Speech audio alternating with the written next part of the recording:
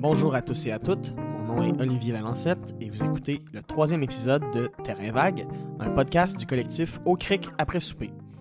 Terrain Vague est une émission en balado-diffusion consacrée au théâtre et à la création en général. À chaque émission, j'aurai la chance de discuter avec une ou des personnes gravitant dans le domaine des arts vivants. Pour le 3e épisode, encore une fois, Jonathan Cusson m'accompagne et on reçoit Audrey Jutolevka et David-Emmanuel Jauniot qui vont venir nous parler, entre autres, de Pony Boys qui vont présenter le 30 et 31 mai dans le cadre du OFTEA. Bon épisode!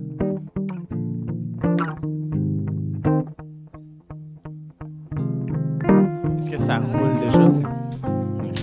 Bon, ben, juste pour commencer, pour se chauffer un petit peu, qu'est-ce que vous avez fait aujourd'hui? Je passe la parole à Audrey. Moi, ce matin, j'avais une session de yoga avec une de mes amies qui va être prof de yoga. Puis j'ai appris que j'avais le bassin un peu désaxé. Puis après ça, j'ai visité mon ami. J'ai été acheter des ceintures de danse pour les gars, en fait, pour le show. Ça coûte cher. Okay. Ça coûte cher, mais ils vont avoir le pénis soutenu. Yeah. C'est ça qu'on les veut. Ceintures de danse, c'est quoi? Ouais, ben c'est comme un G-string de danse soutenu, tu sais, il y a un gros élastique à la tête, puis il y a juste une petite bande de tissu entre les fesses. Ah ouais? Puis c'est beige. Fait qu'on va... Puis c'est juste pour cacher le pinou, genre? Ouais, c'est... Okay. Tu sais, là, ils vont être juste en... Maintenir. Et cacher le pinou. Ça tient assez bien, le tissu, il est résistant. C'est comme ça. Parce qu'on a eu des petits problèmes en répétition, des fois, des petites sorties inattendues, des guests... C'était pas inattendu. Ouais, c'est ça. Fait qu'on essaye de remédier à la situation. Ouais, c'était pas mal ça. Puis après ça, j'ai fait des pâtés jamaïcains. Puis après ça, je suis venue ici, puis j'ai apporté un pâté jamaïcain à David. Oh! Oui. Qui avait une très jolie couleur. Oui. Je savais pas que c'est toi qui l'avais fait. C'est le curcuma. Peut-être en commençant, ça serait peut-être intéressant juste de parler, parce que je pense en fait, on se connaît, on a déjà travaillé ensemble, mais c'est pas vraiment des informations que j'ai ou qu'on a déjà parlé, mais en fait, c'est quoi votre parcours? C'est quoi qui vous a amené aux formations en théâtre? Aux formations aussi loin que ça. Aussi loin que ça? Ben, je peux partir de loin, là. Je peux partir de loin. Ouais, ben, pourquoi pas? Moi, 4 ans, David. 4 ans? Ouais. Mon dernier 4 ans? OK. Non, il disait, mettons, 4 ans. De Part de l'âge de 4 ans. Non, mais c'est quasiment ça. Moi, je viens de Mansonville. Fait que c'est la campagne, 800 habitants à peu près, peut-être moins à l'époque, parce qu'il y a une haute taux de natalité à Mansonville, c'est connu. Puis de un, c'est quelque chose que j'ai toujours voulu faire, puis la seule façon que j'ai réussi à le faire, c'est en faisant du doublage avec ma webcam sur des émissions américaines ou d'imiter Maman Dion dans la série. Je faisais des émissions de cuisine dans la cuisine de mes parents avec ma webcam, puis c'est ça qui m'a donné envie, puis là, finalement, avec le secondaire, j'en ai fait, puis je me plaisais bien. Et ensuite, est arrivé le moment du cégep où là, je savais pas que c'est quelque chose qu'on pouvait faire réellement, sérieusement, avec des études et tout. Dans ma tête, t'étais acteur ou tu l'étais pas. Okay. Fait que là, j'ai fait le cégep au Séminaire Saint-Charles, en théâtre, et ça a confirmé que j'aimais ça. Fait qu'après ça, j'ai fait mes auditions. Première fois, ça n'a pas marché, trop stressé. Première fois, j'étais devant des juges. Fait que je suis parti en voyage. Je suis revenu. Je me suis réinscrit pour refaire mes auditions, puis en même temps, je faisais l'école de mime Omnibus. OK. Et ensuite, j'ai été accepté à l'UQAM, où est-ce que j'ai fait mon 3 ans. Et là, ça fait 2 ans que j'ai terminé, quand même. Ouais. Puis tu disais que tu viens plus de la campagne. Si moi, je viens de l'Abitibi, je suis curieux de t'entendre. Quand tu as commencé à faire du théâtre, mettons, c'était à Sherbrooke, genre? Non, c'était à Mansonville. Comment c'était? C'était-tu bien vu, les arts, ou tu sais, comme... Ben, c'est cute. Ouais. C'est pas mal juste ça. Tu sais, il y a pas... tu sais, souvent... ma mère me le dit souvent, c'est qu'on a l'impression à Mansonville d'être pogné, là. Ouais. Puis c'est un peu notre destin d'être là. Puis, fait que quand j'en faisais... Ben, c'était juste cute. C'était comme, c'est cute, ils font un beau petit spectacle, tu sais. On est au primaire, puis tout ça. Mais dès que je parlais de ça comme quelque chose que je voulais faire plus tard, ben souvent on me disait que que ça se faisait pas de même, puis que je pourrais peut-être penser à d'autres choses, parce qu'il y a personne qui vient de Mansonville qui en a fait. Fait que il y a pas d'exemple. Fait que ça... On se fait dire un peu que c'est impossible, là, en fait. Ouais. Puis comment tu l'as vécu? Parce que moi, en tout cas, je me rappelle vraiment... J'ai commencé genre à 9 ans à faire du théâtre, puis tu sais, je me rappelle... Moi, dans le contexte à Amos, en Abitibi, c'était comme... C'était vraiment... tu sais, l'activité des gars, c'était faire du hockey, là. Fait que quand tu commençais à faire du théâtre, comme, déjà, il y avait comme une espèce de truc de comme... une espèce de mystère derrière ça. Puis je me rappelle que c'était comme... C'était pas comme une source, mettons, de genre...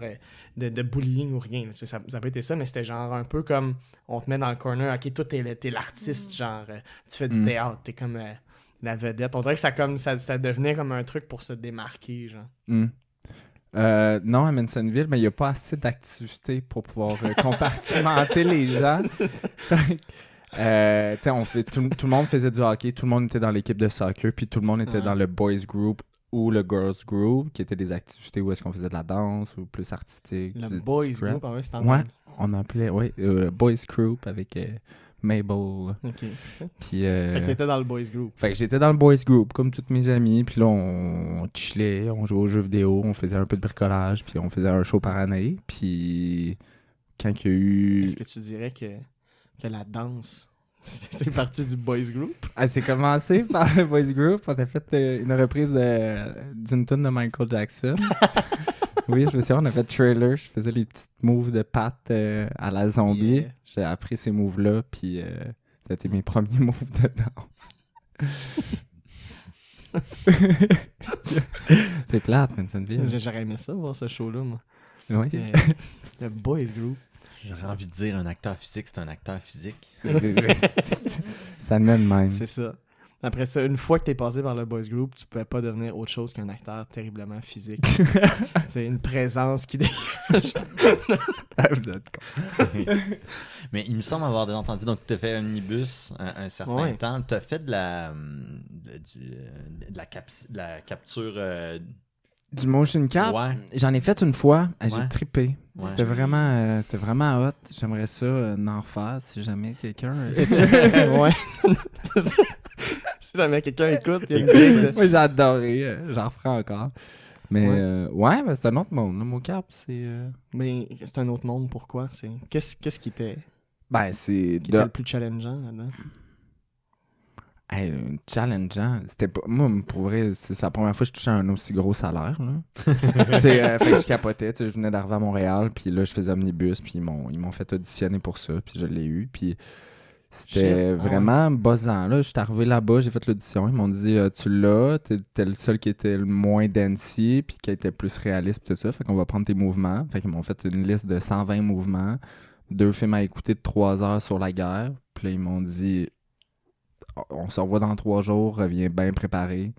Fait que pendant 3 jours, je travaillais là-dessus. Puis après ça a été une journée à faire semblant de sortir des guns, à installer des plaques, des pièges, à frapper sur du plexiglas. Le petit gars, moi, aurait trippé. Non, c'était super le fun, là. J'ai trippé. Puis c'était pourquoi? C'était avec qui? C'est pour Rainbow Six Siege. Oh! Ouais. Un jeu vidéo, carrément. C'est cool, pour vrai. Ouais, c'est un vrai jeu vidéo, là. Puis, en fait, Audrey, je passerai à toi, en fait, la même question, parce que, tu sais, souvent, en fait, quand tu parles à des gens qui sont plus comédiens, comédiennes, souvent, ça remonte à longtemps, ça part un peu des mêmes anecdotes, plus l'amateur au primaire, tout ça, mais en scénographie, tu peux pas vraiment faire comme de la scéno en parascolaire, tant que ça... Déjà, il faut apprendre le mot. Ouais, c'est vrai, ouais. Non, mais pendant longtemps, je savais pas que c'était de la scénographie non plus, là. Mais, tu sais, moi, je viens de Laval, puis on avait le camp à la Maison des Arts. Puis ça, on faisait justement un petit show de théâtre, un petit show de toutes les affaires, puis on avait le droit de choisir nos costumes. Puis moi, j'aimais vraiment ça. Ben, je pense que tous les enfants se déguisent font des costumes, là, mais moi, ça a toujours été un de mes... Tu sais, ma mère, elle m'a appris à coudre. Ma mère, elle m'a appris à coudre quand j'étais petite. Puis c'est comme ça, c'est assez resté. J'ai toujours envie de faire des choses. Mais à la base, je suis pas du tout allée en scénographie, là, comme quand je suis partie du cégep. Je suis en histoire de civilisation au cégep. Puis après, en En fait, je suis allée en archéologie parce que j'aimais ça, l'histoire. Puis j'avais envie aussi le côté archéologie, c'est le côté humain aussi. C'est pas juste histoire, les dates, tout ça, mais comme le côté social. C'est comme un peu le social du passé. Que je suis allée à l'Université Laval en archéologie. Après ça, je suis revenue à Montréal après 3 ans à Québec. Puis j'ai fait une maîtrise en archéologie. Puis finalement, j'ai commencé à travailler puis j'aimais pas tant ça.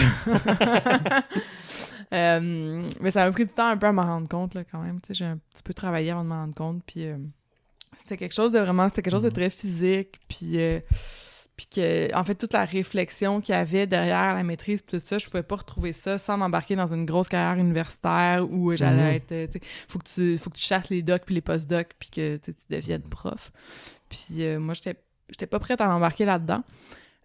Puis l'autre option non plus, qui était plus de travailler physiquement, tout ça, finalement, me convenait pas tant. Donc, je suis retournée, tu sais, en fait, au cégep, j'aurais choisi entre probablement aller en scénographie ou aller, tu sais, dans le monde du spectacle ou aller justement en archéologie, ce que j'ai fait. Fait que j'ai comme rewindé, puis j'ai fait, OK, bon, ben là, c'était quoi l'autre option? Parce que là, ma vie est plate, puis j'ai pas de fun. Puis l'autre option, ben, c'est ça. Fait que je suis retournée faire un bac. Fait que quand t'as décidé de plus t'enligner vers la scénographie à l'université, est-ce que tu savais un peu à quoi t'attendre ou t'avais pas trop idée de ce que ça allait être? Pas tant, honnêtement. J'avais pas tant idée de ça. Puis j'ai pas... Tu sais, j'ai jamais été une fan de théâtre, genre, ça niaisait à dire. Dans le sens que j'allais voir peut-être 1 ou 2 pièces par année. Tu sais, j'étais pas mordue de ça du tout. C'était vraiment... Ce que j'aime de la scénographie, puis je pense qui m'a attirée, c'est surtout le fait de patenter les affaires, de faire des choses. Il y a un résultat, mais il y a quelque chose de différent juste mettons, des arts visuels où tu fais la chose pour la chose. Là, j'aimais beaucoup l'idée de contribuer à un projet. J'ai de la misère un peu à l'expliquer, là, mais il y a quelque chose de très... comme dans l'appréhension, puis d'en faire avec tes mains quelque chose assez... Puis ce que tu apprends beaucoup, justement, à l'UQAM, parce que veux pas aussi, quand tu sors, t'as pas d'argent, puis tu vas faire les choses toi-même. Ça m'attirait beaucoup. Fait que dans le sens que tu dis que ce que t'aimes surtout, c'est vraiment le processus de faire les choses, de comme être dans le processus comme tel, plus que de l'avoir réalisé puis de regarder le spectacle. Ce que t'as fait sur scène. Ouais, clairement. Je trouve que c'est plate. À partir du moment où ton idée est setée, à partir du moment où... Ben, il y a quelque chose de la réalisation, il y a plein de petits problèmes à régler qui sont fun tout le temps, il y a des micro-choix, mais j'ai l'impression que... Puis c'est aussi la même chose, je pense, quand dans mes trucs de création où c'est pas nécessairement de la scéno, mais c'est de la chorégraphie, ou en tout cas, je sais pas exactement qu'est-ce que c'est. On dirait que quand c'est trop seté, puis quand l'idée est là, puis tout est décidé, déjà, je m'ennuie. Même si on travaille encore sur le show, je suis comme, on peut-tu finir? On peut-tu comme faire autre chose? Comment c'était parce que quand même, de passer d'un background universitaire d'archéologie à un contexte universitaire dans une faculté des arts en scéno. J'ai trouvé ça... ça fait du bien. Ça fait du bien dans le sens où... je pense que c'est aussi le switch UDM à UQAM. Il y a beaucoup d'ouverture, les gens sont... C'est vraiment une communauté complètement différente. Là. C'est des gens qui sont super smart des deux côtés, mais qui sont quand même assez différents. Mais une différence... Je pense que c'est plus du fait d'avoir déjà... Pas nécessairement de passer d'un milieu universitaire, mais d'avoir fait le travail de faire un mémoire, de tout ce load-là, de recherche, puis de... Ça, je pense que ça m'a vraiment aidé parce que après ça, je trouvais ça relativement... Pendant mon bac, je trouvais ça assez facile parce que je pouvais me concentrer sur des trucs plus... pas conceptuels, mais je pouvais comme faire rapidement les travaux un peu plates là, qui te shootent, là, les affaires théoriques, un peu genre que c'est un peu, tu vois que tu pourras pas amener ça très loin, puis c'est juste comme, faut que tu fasses le travail pour avoir la note. Mais ça, je pouvais les faire assez rapidement parce que j'avais la méthodologie. Fait que je pense que ça m'a apporté une méthodologie puis une manière de travailler. Puis aussi de réfléchir à comment les choses sont... comment les choses sont... Comme l'engrenage un peu des choses, tu sais, comment... toute la réflexion sur l'anthropologie, comment ça fonctionne des gens, comment t'es affecté par certaines choses, à travers les années aussi, à travers... Tout ça, je pense que ça reste dans ma tête quand même. Puis ça peut être Tu sais, fait que, ouais, de ce milieu-là, je pense que j'en retiens quand même une méthodologie. Mais en même temps, je trouve que ça fait du bien de pas toujours devoir prouver toutes maudites affaires. Tu sais, parce qu'avant, là-dedans, c'est ça. Il faut que tu dis quelque chose, il faut que tu le prouves, tu le back avec 10 affaires différentes. Tandis que là, ben, j'ai tendance à vouloir faire ça, peut-être aussi des fois avec mon travail, mais en même temps, il y a plus de liberté un peu de faire comme, hey, ça, c'était mon feeling, puis on l'essaye, puis ça peut rester au niveau d'hypothèse. Ouais, c'est ça. Puis c'est correct, c'est correct de garder l'hypothèse assez flottante, de faire voici ce que. De la partager, puis dans la même idée que quand tu as eu l'idée, ben c'est bon, je peux passer à autre chose. Ben, formuler l'hypothèse, c'est très cool, mais c'est laborieux ce qui suit. On pourrait en formuler une deuxième, en formuler une autre. Oui, exactement, oui. Sauter d'une hypothèse à l'autre, j'aime ça. Puis peut-être que ce background-là aussi, plus au niveau, pas de universitaire, mais juste les connaissances en archéologie, en anthropologie, est-ce que ça influence un peu ta création? Est-ce que il y a des trucs qui viennent un peu s'immiscer dans ta façon de travailler? J'aimerais vraiment ça dire que oui, mais je suis comme pas sûre. Mais peut-être aussi que c'est... Je pense que c'est un niveau... C'est comme un niveau juste de... Ça influence ma personne en général, ma conception des choses, mais tu sais... Ça fait quand même partie de ton bagage, fait que tu sais pas. C'est ça. Je sais pas départager les choses. Ben c'est sûr qu'en même temps, tu sais, comme là, ça a parti un peu d'un costume de centaure, tout ça, fait que c'est sûr qu'il y a le truc mythologique un peu, puis tu sais, comme toute cette idée-là, cette espèce des contes, cette espèce de petit fil-là humaine un peu weirdo, genre qu'on partage des affaires, tout ça c'est quelque chose, tu sais, qu'on a, tu sais, j'ai quand même eu des cours là-dessus, tout ça, fait que c'est sûr que ce côté-là, ça mystérieux un peu, là, habite, vient peut-être de là, qui m'habite vient peut-être de là, je sais pas. Guillaume, David, t'es là, qu'est-ce qui fait que cette sauce-là, ce groupe-là, ça marche bien? Qu'est-ce qui fait que vous aimez travailler ensemble? Je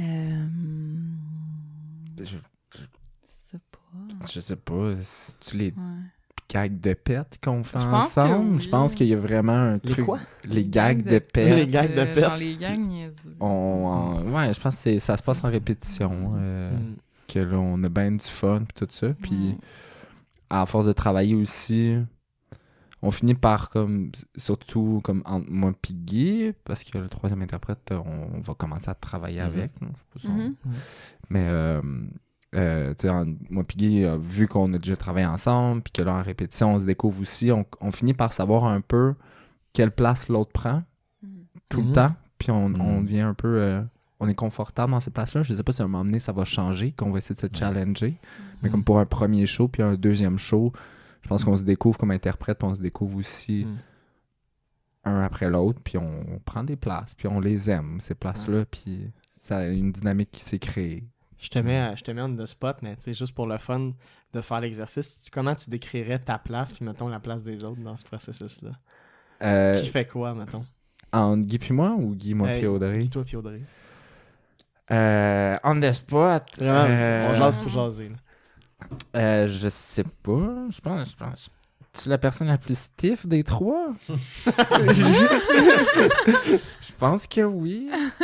Je pense que je suis comme... Je pense que je sais pas, je dois mettre des cadres où il y a comme... Non, je sais pas. Je regarde Audrey, je suis comme... Tu vois?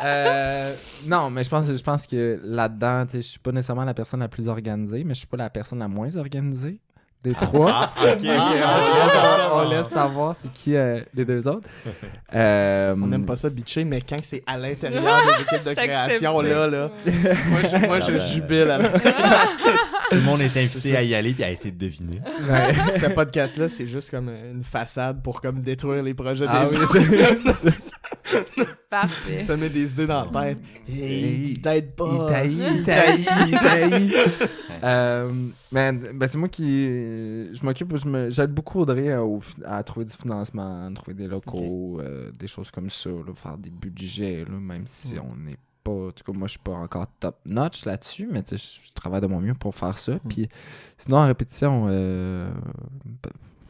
je déconne aussi, mais c'est moi qui... Je prends moins de place. Je prends un petit peu moins de place.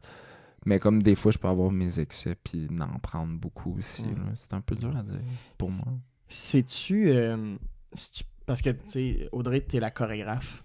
Est-ce que c'est plus ton travail à toi, puis tu diriges les gars, puis c'est vraiment plus toi qui qui dirige le projet ou c'est plus collectif? Comment ça se passe? C'est plus collectif, mais je te dirais que c'est moi qui prend les décisions. Ben, pas toutes, là. Dans le sens, si les deux, vous me dites quelque chose, puis vous êtes comme vraiment genre, non, ça va pas être comme, oui, on fait ça, tu sais. Mais mettons que c'est moi qui fais le travail. Je te dirais que dans le day-to-day, tu sais, comme quand on le fait, je vais essayer de proposer des affaires pour starter des explorations ou faire des choses. Puis là, les gars vont proposer d'autres affaires par-dessus. Puis là, on va builder là-dessus. Puis moi, je m'occupe, j'essaye de faire, en fait, entre les répètes, de faire le travail de, où est-ce qu'on s'en va? Tu sais, qu'est-ce qu'on a fait? On a fait ça. OK. Où est-ce qu'on est rendu? Où est-ce que j'aimerais ça, amener ça, puis tout ça. Puis après ça, les gars sont là, puis ils font des choses qui sont super inspirantes, tu sais, même sans faire exprès, genre, des fois, ils font juste être tannants entre eux, genre, puis être comme, c'est comme deux petits gars, puis là, ils font des choses, puis là, je suis comme, ça, c'est bon, on essaye ça, OK, go!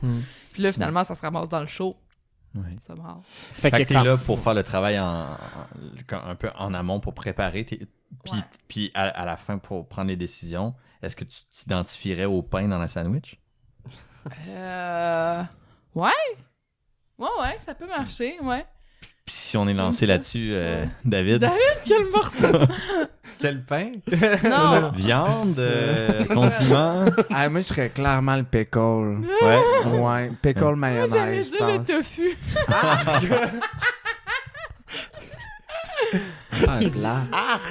Je veux pas. Je veux vraiment pas être le tofu. Puis Guillaume, c'est... Je dirais Guillaume, c'est... La viande? Ouais, je pense. La viande puis la moutarde forte. Genre, smoke meat, moutarde forte. Mais tu vois, je trouve ça assez intéressant quand même. 2 tranches de pain, une viande, une tranche de tofu. Non, il a le droit d'être le pickle. Non, il est pas je pense content. que c'est le pickle. Un peu plus subtil, mais le pickle. goût fait toute la différence. Fait qu'il y a quand même, tu sais, une grosse place à l'intuition en général, à l'essai, au patentage. Oui. Mais puis même, tu sais, à vraiment l'humour puis au mauvais coup. Mais tu sais, est-ce qu'il y a comme une espèce de poésie qui se cache derrière cette patente-là, peut-être qui vient plus de ton côté ou si c'est vraiment comme, tu sais, une énergie punk, là, on fait des choses. Genre. Ben, non, on fait, tu sais, on fait les choses, mais il y a quand même une idée, une espèce de, tu sais, c'est pas complètement pas à air ouverte, là, mais à, tu sais, ça pourrait pas... C'est pas complètement, c'est pas complètement à l'île, c'est pas, tu sais, moi, j'ai à peu près une idée de où on va, vers où on va se rendre, où on s'en va. Puis après ça, dans ça, on fait quelque chose qui est plus proche de, on explore, on essaye des trucs avec des contraintes, tu sais, c'est de donner des petites contraintes, puis dans ces contraintes-là, de voir ce qui est possible. Vraiment, des trucs un peu de base. Mais... Puis il y a aussi un gros jeu de rythme aussi qu'on essaie de trouver. Aussi. Puis ça, c'est comme ça fait partie souvent par après, là, mais il y a beaucoup l'étape d'exploration qui se fait. Puis après ça, de rythme, on travaille. Est-ce que ça tue le rythme? Est-ce qu'on vient juste comme ralentir toute l'affaire ou bien est-ce que c'est nécessaire et tout? Puis après ça, on a un autre travail où est-ce que là, on fine-tune un petit peu, où est-ce que là, on passe de la plaisanterie au sujet sérieux, puis on essaie de relier le tout. Fait que... Diriez-vous que c'est plus un processus où, mettons, vous arrivez avec des idées, puis là, laboratoire, on éprouve tout, ou c'est plus les idées naissent en salle de répétition, tu sais, à force de faire, puis une idée inventée, comme amène une autre idée, puis... Je sais pas trop, on dirait que... c'est parce que ça se mélange tout le temps, on est tout le temps en train de... surtout qu'Audrey puis moi, on habite ensemble, là, fait que, pour clarifier les choses, go luck, on va se le dire. On va se le dire. Fait que ce qui fait que c'est bien difficile, on sort rarement, on sort de ça, mais souvent à l'appartement, c'est de ça qu'on parle, c'est comme Pony Boys, notre prochain show, qu'est-ce qu'on fait, où est-ce qu'on va chercher des subs et tout, fait que ce qui fait que à l'appartement de n'importe quel moment donné, c'est comme hey, j'y ai pensé, j'ai pensé à ça. Puis là, on le note. Puis là, on le note. Puis après ça, le lendemain, là, c'est plus la job à Audrey, mais je pense qu'elle repasse au travers de tout ça. Puis là, elle fait hey, finalement, cette idée-là que David a dit, c'est vraiment du caca. Fait qu'on l'enlève. Ou bien, elle va faire on va l'essayer. Puis là, on l'essaye. Puis si ça marche, peut-être qu'on va le garder. Si ça marche pas, on l'aura essayé. Puis ça va être tout. Est-ce qu'il y a de la... T'sais, justement, vous parliez que des fois, il y a quand même beaucoup d'idées qui sont lancées, éprouvées. puis finalement, ça se rend pas. Est-ce que c'est source de conflit, tu sais, ou de doute, mettons, c'est-tu... Non, ça tombe. Habituellement, ça tombe tout seul. Tu sais, c'est comme un peu genre... OK. À un moment donné, on est comme... c'est évident qu'il faut tasser ça. Ouais, à un moment donné, ça se présente. On est comme, ça, finalement, ça tenait pas la route. Ou tu sais, c'est vraiment rare qu'on essaye quelque chose, puis d'un coup, on est comme, c'est vraiment... Tu sais, ça marche pas. Tu sais, on va l'essayer un petit peu, on va le garder, quelques répètes. Ouais, c'est ça. On va tâcher. Un petit peu comme la petite pâte à modeler, là. On va taponner un peu avec, on va regarder, puis là, à un moment donné, on va faire « Ouais, il est là ton cheval, ok, j'en flush. » Ça va comme prendre un petit peu... Puis, tu sais, là, on est à peu près à un petit peu plus d'une semaine de représentation au off. T'sais, vous en êtes où en ce moment? Est-ce que c'est le genre de truc où là, vous êtes vraiment plus dans une dynamique d'enchaînement ou ça va être... on est pas mal dans le fine-tuning, là, on vient de clore un peu comme toute cette étape-là d'explo, tout ça, puis on a notre 20-22 minutes, dépendamment du temps qu'on prend. Je pense que c'est juste de faire le deuil un peu de... Ben, tu sais, le off, ça reste encore des étapes de travail, puis c'est beaucoup, tu sais, montrer, c'est pas obligé d'être le truc, tu sais, le show sous sa forme finale, mais j'ai l'impression qu'il y a plusieurs shows qui existent dans un show. Tu sais, comme là, on a une forme de 20 minutes qui coexiste autant que la forme de 10 minutes, en fait. Ça, c'est comme deux formes qui veulent dire des choses différentes puis qui s'attaquent à des choses d'une manière différente. Ouais. Il y avait... mais quel était son nom? Un artiste new-yorkais qui a fait un show comme ça que les festivals pouvaient acheter en format small, medium, large. Mais c'est un peu ça.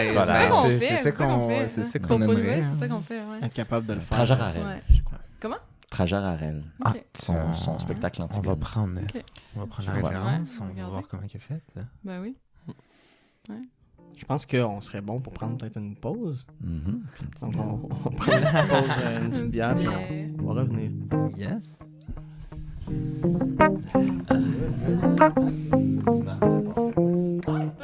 C'est bon.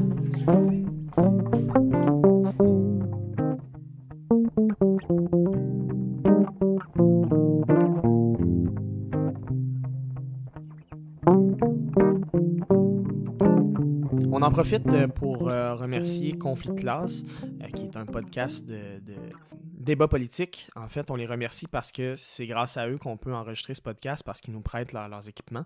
Si jamais vous voulez écouter Conflit de classe, c'est facile à trouver sur Facebook, YouTube et autres plateformes. Par ailleurs, au Cric après souper fait aussi du théâtre et nous aurons en fait 2 spectacles qu'on va présenter très prochainement dans le cadre de notre résidence à Art-Neuf. Il y aura tout d'abord un spectacle qui s'appelle Le Bal des Lièvres qui sera présenté le 13, 14 et 15 juin 2019. Et deuxièmement, un spectacle qui s'appelle D'après la vie réelle qui sera présenté le 20, le 21 et le 22 juin 2019. Pour plus d'informations, tout simplement visitez notre page Facebook. Il y a des événements, puis les billets seront en vente très bientôt.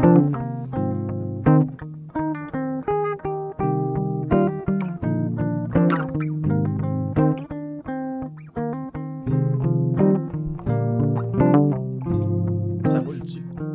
Ou ça roule pas? Ok, ben, je suis curieux d'entendre parler de le prochain projet, ce qui va s'en venir pour vous l'année prochaine. Attends. Tu en es tout, puis c'est quoi, puis... On en est au dossier de presse. Oui, on a un beau dossier de presse. On a des photos.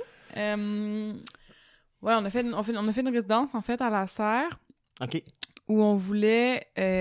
au départ, on travaillait sur quelque chose qui incorporait les figures mythologiques en général. Fait qu'il y avait le centaure, il y avait des sirènes, il y avait plein... On a essayé plusieurs figures. Puis finalement, en faisant ça, on a aussi essayé une extra figure mythologique, mais comme hors de la mythologie grecque, qui est le Père Noël. Puis finalement, ben on a comme gardé ça. Fait qu'on va... C'est un show de Père Noël. Sur... c'est ça, c'est un show de Père Noël. Proche de l'Halloween. Ouais, proche de... Oui. C'est un show de Noël à Halloween. Regarde les choses sonores! Tu vois? Audrey adore ce gag-là. C'est drôle. Regarde, tu vois? Un show de Noël à l'Halloween. Hey, moi, je trouve que c'est le meilleur gag. Est-ce que l'Halloween va contaminer un peu le Père Noël? Ben oui, c'est spooky, là. C'est genre super spooky Noël, là. Ça s'enligne un peu plus sombre. Oui, le Père Noël, c'est un peu tout ce qui est wrong. Le Père Noël est une ordure. C'est comme tout ce qui est wrong avec le Père Noël, tu sais. C'est un rire de Père Noël qui tourne vers le bruit d'Halloween, là, des genres de toupets de fantômes. Là, Ouais, c'est un peu ça. Contrairement à Pony Boys qui est plus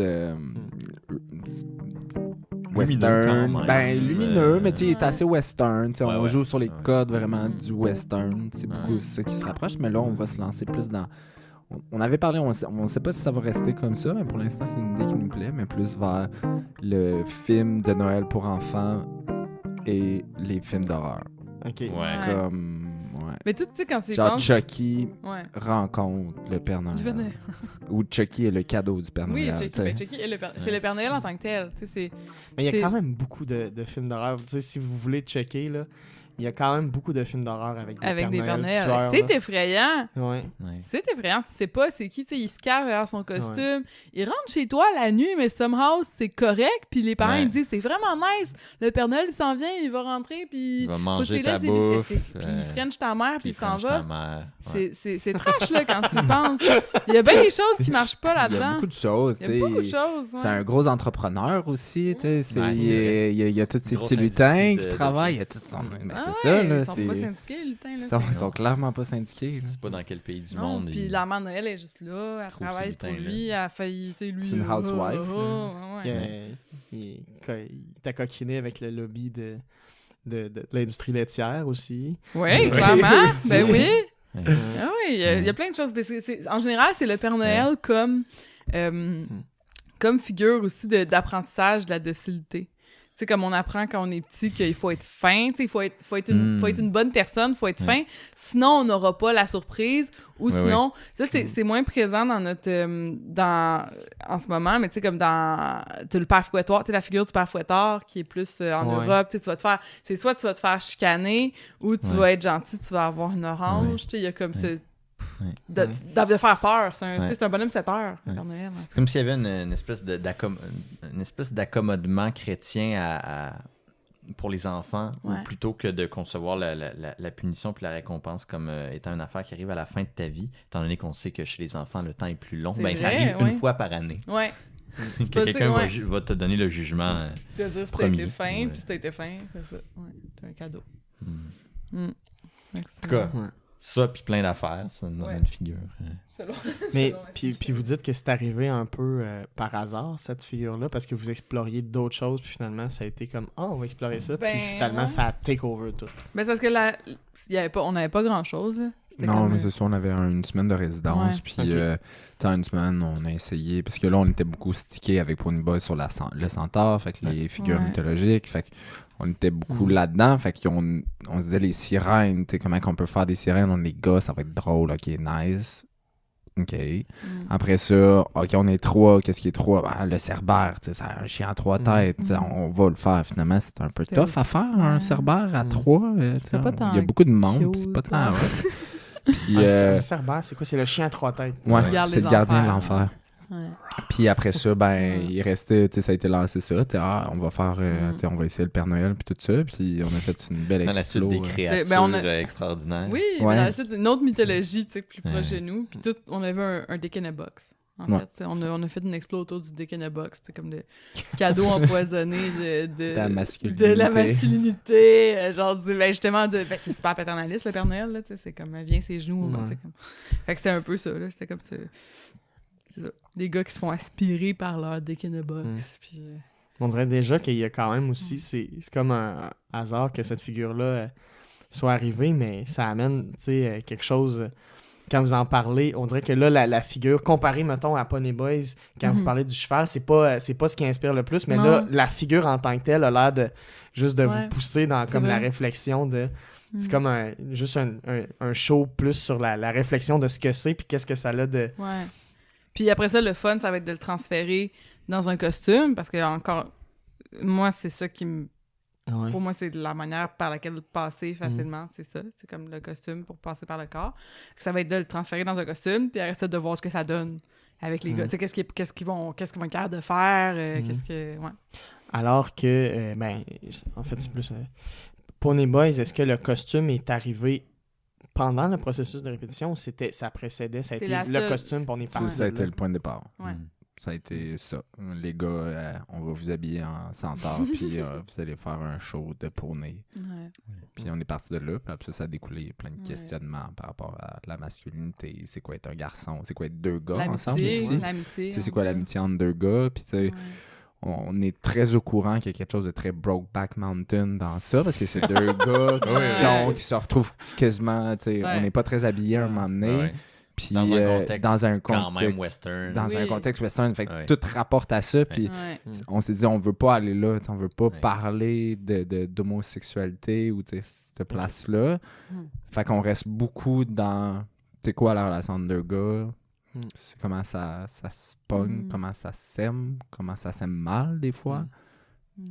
Mais que ça s'aime. Mais elle veut pas l'ambiguïté, là. L'ambiguïté reste là. L'ambiguïté reste là. Nous, on trouve ça très drôle. Souvent. On travaille les matériaux, le centaure, le costume de centaure est fait en jeans, de toute cette de roughness-là, de comme, non, moi, je fais tough. Puis le cheval aussi, il y a quand même, certains éléments qui sont comme souvent comme rapportés à la masculinité, comme les talons. Les talons, la grosseur du pinou. Non, mais c'est vrai, tu sais, comme... Oui. Il est amanché comme un cheval. C'est vrai.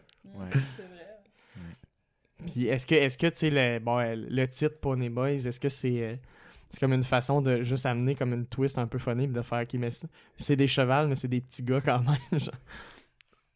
Je sais pas, le titre, c'est juste imposé. Ben oui, là, tu sais, il y a quelque chose d'enfantin. Du jeu, là, oui. Il y a effectivement quelque chose du jeu, J'avais pas eu ce flash-là avant, mais ça me rappelle un très beau spectacle. C'est vraiment gênant parce que j'ai pas les noms de famille des personnes qui ont fait ce spectacle. C'était un Pétard quelque chose, puis un Guilherme quelque chose. Un spectacle qui s'appelait Des gars de Laval. Oui, Still Standing You. Still Standing You. J'essaie. Ben oui, j'ai une de mes amies qui m'a envoyé exactement la même référence. Ouais. C'est vraiment Deux dans la hommes, veine. Un rapport très rough. Ils sont complètement nus pendant tout le spectacle, puis c'est des acrobaties. Oui. Ouais. C'est un gars avec une grosse barbe. Semble parfois un peu douloureuse. Puis de ce rapport-là, très rough, il y a quelque chose qui en sort qui est très, très touchant. C'est définitivement dans notre... c'est comme à voir ça, on est comme, oui, il y a vraiment quelque chose là, qui se rapproche de ça. Là, c'est très beau qu'ils font. En tout cas, j'aimerais m'excuser aux géniteurs de ces personnes-là de ne pas nommer leur nom, mais c'était au FTA il y a quelques années. Puis, tu sais, est-ce que qu'est-ce qui va être un peu différent dans votre façon d'aborder le prochain projet que le premier? Est-ce qu'il y a comme... Est-ce que c'est la même façon de travailler ou il y a des envies différentes qui sont apparues? Ben, c'est sûr que ça va être différent parce que déjà, on passe de 2 interprètes à 3.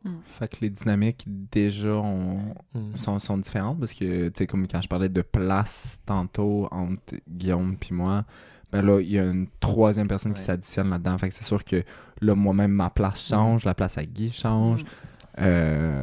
Puis, fait qu'il y a déjà ça à la base. Puis, il y a aussi un autre truc où est-ce que la première fois qu'on l'a fait, on auditionnait un peu taquinement, comme des petits taquins. On était comme pas trop sûr de ce qu'on faisait. On allait juste le faire. Tandis que là, on est déjà programmé. Fait qu'on sait déjà qu'il y a comme pas une attente, mais il y a comme déjà, on s'attend à ce que vous remplissiez votre 30 minutes, puis que vous le fassiez, puis que ça donne quelque chose qui est... Parce qu'ils nous ont placés, vu on a été programmés parce qu'ils ont vu Pony Boys, fait qu'ils ont vu que ce qu'on faisait avait une certaine qualité. Fait qu'ils s'attendent quand même une bonne réception. Fait qu'ils s'attendent quand même à ce que le train continue. Fait que je pense que automatiquement ça va teinter un petit peu, mais on va essayer, je pense, de rester aussi con qu'on est en répète, puis de pas trop s'en faire non plus. Ce qui est quand même quelque chose qui veut pas se... Ben, paraît dans la signature de vos spectacles, probablement, cette espèce de goût du mauvais coup, là. Oui. Le goût de l'idée du mauvais goût, là. Du mauvais coup et du mauvais goût. Oui, ouais, clairement. Ben, peut-être que c'est de là, tu sais, de pas s'empêcher, d'essayer, justement. C'est pour ça que des fois, on traîne une mauvaise idée pendant quelques répètes avant de la lâcher, mais c'est un dead horse un peu, là, justement. Là, on l'essaye vraiment, là, puis à un moment donné, on va faire bon. Mais c'est ça, de ne pas s'empêcher d'essayer des affaires en se disant « Oh non, c'est trop nono » ou « Oh non, ça marche pas ». Parce que finalement, des fois, dans l'affaire nounoun, il y a quoi d'autre de...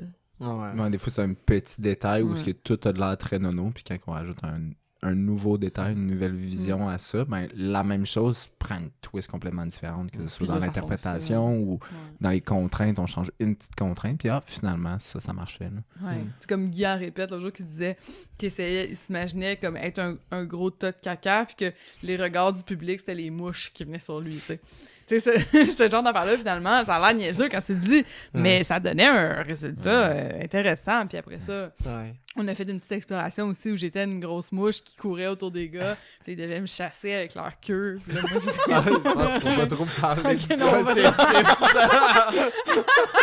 Des fois, le processus. La porte est ouverte, mais c'est intéressant. Ouais. Une grosse mouche. Oui, puis ouais. Il fait quand même un rapport phallique dans le oui, si tu savais. Oh mon Dieu, oui. Les dick in a box. Oui.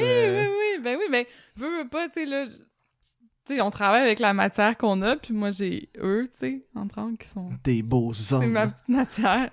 Mais non, mais tu sais, ils sont full actifs, là. C'est des...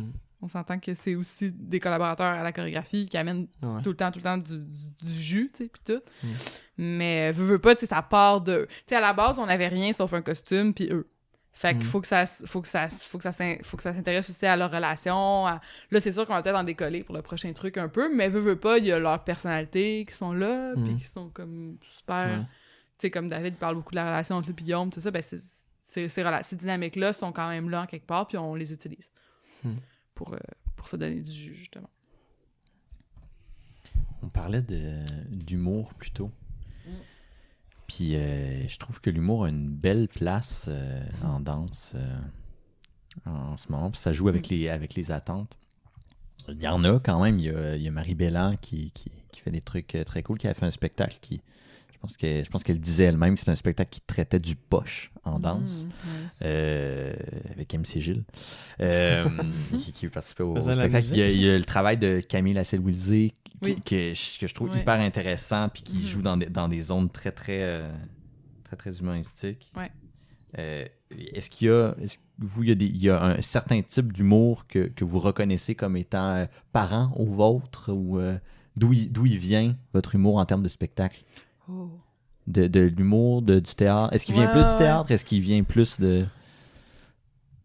C'est vraiment une bonne question. Peut-être que vous ne reconnaissez pas ailleurs, mais... J'ai comme la misère à me reconnaître ailleurs, mais en même temps, je me reconnais un peu partout. Okay. Comme, tu sais, si tu t'en vas dans des comédie clubs, dans des matchs d'impro... C'est pas nouveau, j'ai pas l'impression que c'est nouveau ce qu'on fait, c'est propre à nous, mais c'est pas une nouvelle forme d'humour. Il y a quelque chose où est-ce que je pense qu'on utilise nos propres bagages qui sont comme assez communs avec toute notre génération, puis on l'utilise. Si ça nous tente de danser sur du Cotton Eye Joe, on va le faire, puis tout le monde sait c'est quoi cette tune-là, Cotton Eye Joe, tout le monde a dansé là-dessus. Un chef-d'œuvre. Un chef-d'œuvre. J'adore Cotton Eye Joe. Tout le monde a le référent, là. Mais c'est ça, c'est l'aréna de hockey entre les... Ah oui. Dans les bris de jeu, là. Moi c'était les sous-sols d'église. Ben oui, tu sais, c'est super. Puis je pense qu'on utilise un peu... Ouais. Ben, je pense que c'est important de... Avec ces codes-là, on va rejoindre un public, des fois, qui est peut-être pas... Moi, je veux que ma grand-mère, elle aime le show.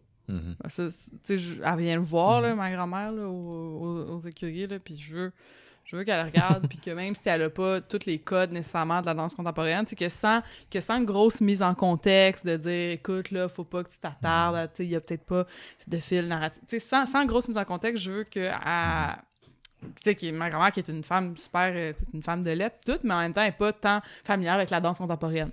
Mais je veux qu'elle voit ça, puis qu'elle comprenne quand même des codes, qu'il y ait des choses, tu sais, qui... Fait que je pense que pour ça, c'est une bonne porte. Puis aussi... Ouais, puis... Ben, ce qui aide aussi... Que ce soit le fun, genre. Ouais. Ben oui, ça, c'est sûr, là, je pense. Ben, que ça... On a le goût... Ben, c'est nous qui a le goût d'avoir du fun aussi, puis je pense que l'idée de partager ce fun-là, il y a quelque chose du partage, puis de... de passer par-dessus le mur, tu sais, d'être vraiment... Ouais. Puis on joue aussi beaucoup avec les effets de surprise. Ouais. Comme de switch, d'aller vers une direction, puis quand on sent que le monde, ils se disent, bon, on s'en va dans cette direction-là, ben on fait un changement complètement drastique pour comme un peu réveiller les gens, puis que les gens ont des attentes, puis on les démolit en fait. On les démolit, puis d'une façon comique. On les démolit. De base, arriver du théâtre, aller vers la danse, puis être conscient de votre place à l'intérieur d'un spectacle, d'une soirée de danse, comme dans le cas de danse buissonnière, ben, ça joue déjà avec les attentes. Vraiment, ça, le contexte, extrêmement. Alors, je l'ai vu, à danse buissonnière, votre forme, puis la réception était un spectacle en soi à recevoir, parce que la réception était bonne, les gens riaient, mais riaient d'une espèce de rire libérateur qui, je pense, vient du fait d'avoir franchi quelque chose. On est sorti, on n'est plus où est-ce qu'on pensait qu'on était.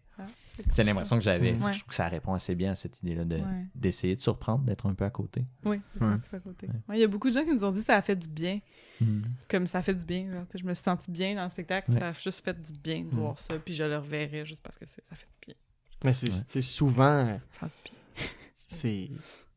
Quand tu vas voir du théâtre, tu vas voir de la danse, c'est pas toujours l'endroit où on veut que le monde rie. Là. Non, mais ben souvent on associe à... Puis c'est vraiment pas le cas, là. Je suis vraiment pas en train de dire que c'est le cas. Moi, je trouve au contraire, moi j'aime ça quand c'est triste, j'aime ça quand c'est réfléchi, j'aime ça quand c'est drôle, j'aime ça tout ça, mais il y a un gros cliché qui tourne autour du théâtre comme une place que c'est plate, que c'est long, puis tout ça. Puis la danse, le monde ne savent même pas c'est quoi, surtout de la danse contemporaine. T'sais, si tu fais pas de la danse du ballet... Le référent si est moins clair. Le référent, tu dis danse contemporaine, les gens ne savent absolument pas ce que tu fais. Il y a comme la joke un peu qu'on remplit nos propres salles, tu sais, comme dans le sens. Oui. Le milieu est comme... Fait que c'est dur de sortir de ça,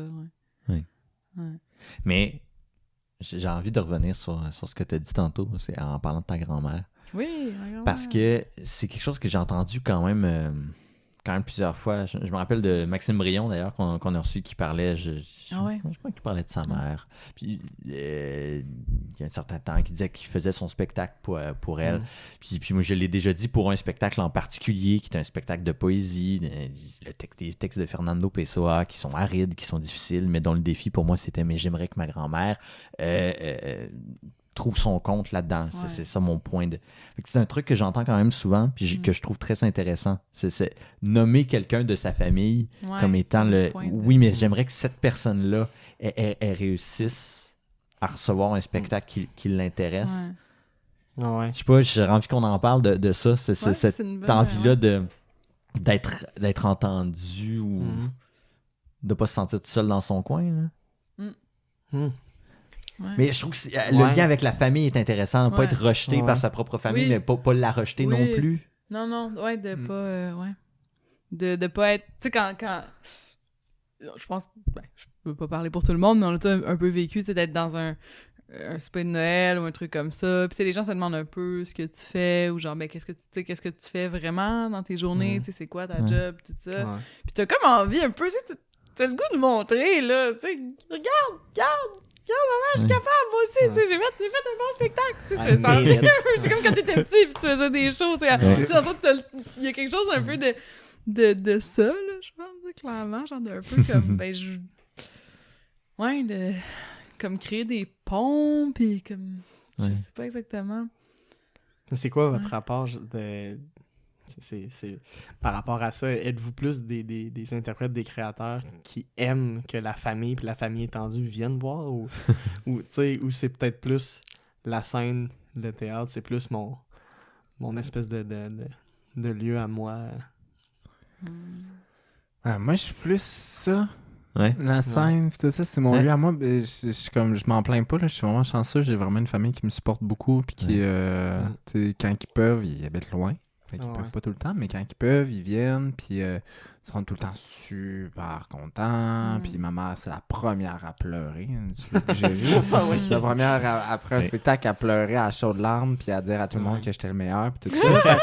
Mais tu sais, à un moment donné, t'es comme, mais là, maman, je suis pas le meilleur. Il y en a d'autres des meilleurs, puis il y en a, tu sais. C'était peut-être pas ma meilleure shot. Fait pour moi, je vis tout le temps un malaise par rapport à ça, mais en même temps, je me dis, c'est ma famille, puis ils veulent être là pour moi. Fait que c'est sûr que je veux qu'ils me voient. Puis s'ils viennent pas me voir, j'ai tout le temps la mini-déception que finalement, je suis comme, ben, ils sont pas venus. Fait que ça vient me toucher. Fait que je sais pas trop où me placer. Mais je suis pas de ceux-là qui veulent absolument. Je vis la même tristesse si jamais ils viennent pas, mais j'en tiens pas rigueur puis je comprends. Mais quand ils sont là, à chaque fois, je suis comme bonjour, maman, spécial, bonjour. Ben ouais, parce qu'il y a comme, tu sais, en tout cas, je pensais à ça à un moment donné parce que je parlais. Je veux juste dire que j'adore ma mère en passant, là, puis toute ma famille.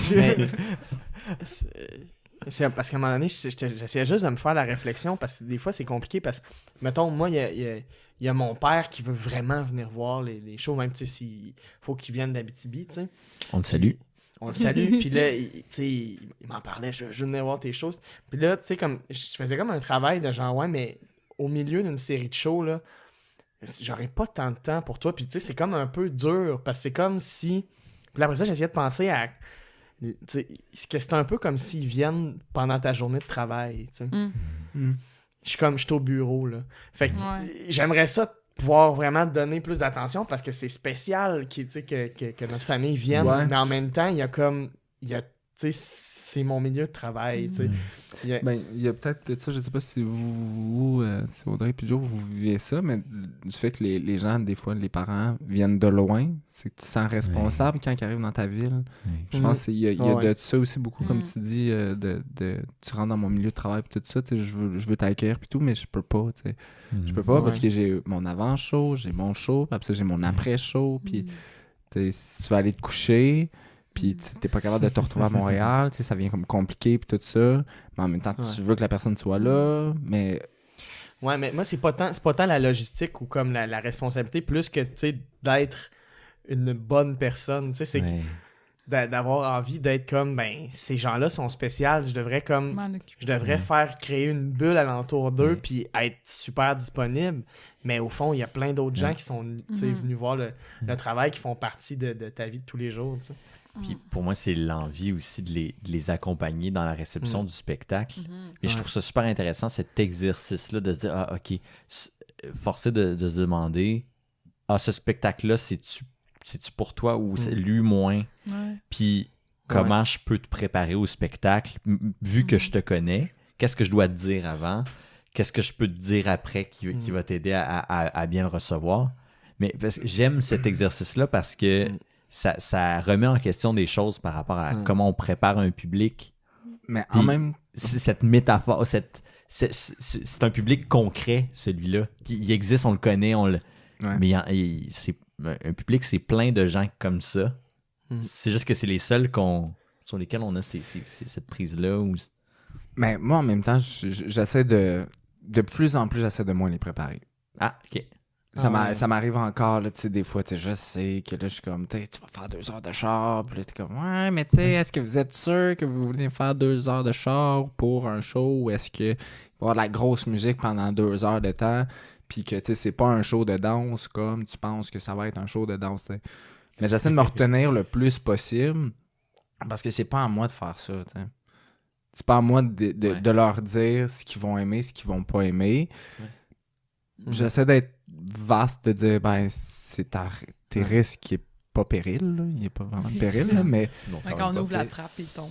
C'est ça, mais j'essaie de plus en plus à ne pas le faire, puis leur dire, ben, si vous venez, je vais être super content, puis vous commencez à savoir... Vous appartient.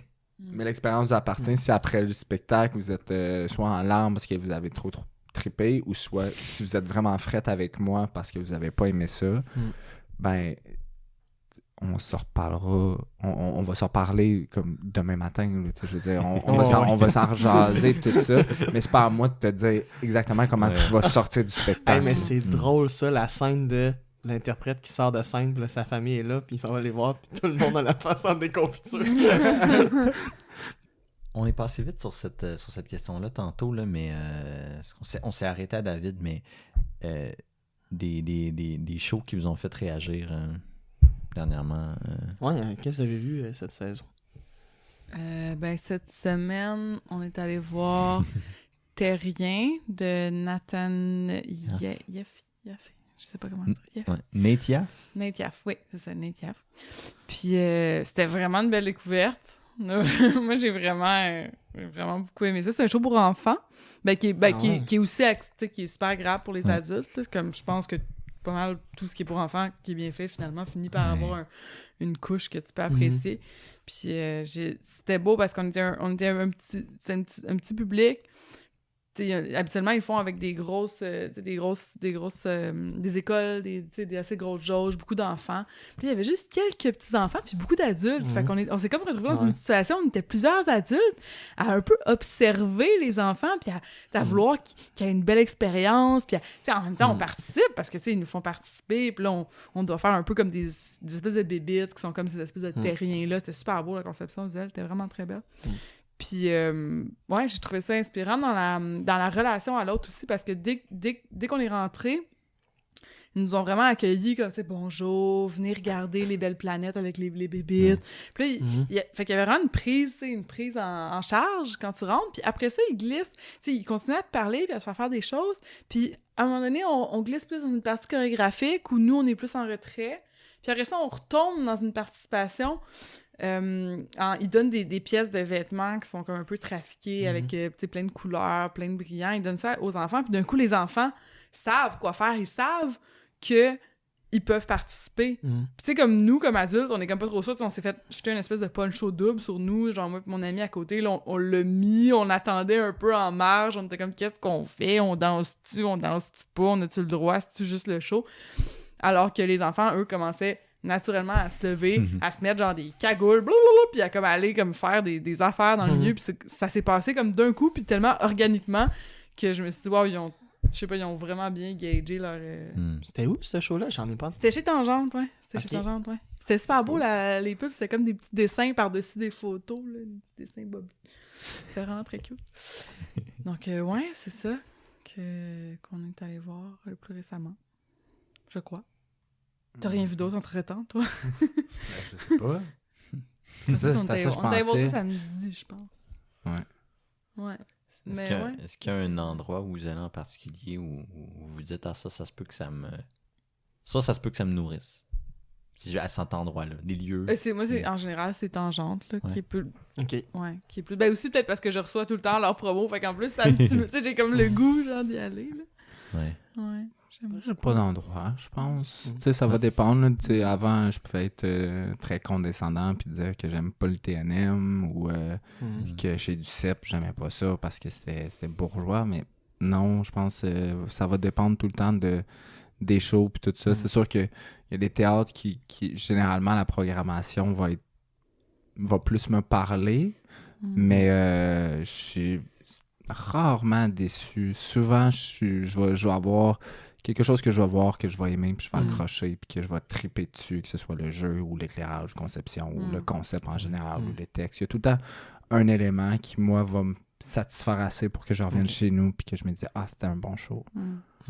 Puis on suit notre monde aussi, là. C'est comme un bon fil. Quand tu vas voir quelqu'un que t'as déjà, c'est sûr, ça biaise ton affaire un peu, là, mais en même temps, tu rentres avec une certaine bonté, puis je vais voir quelqu'un, le travail de quelqu'un que je connais, je vais voir.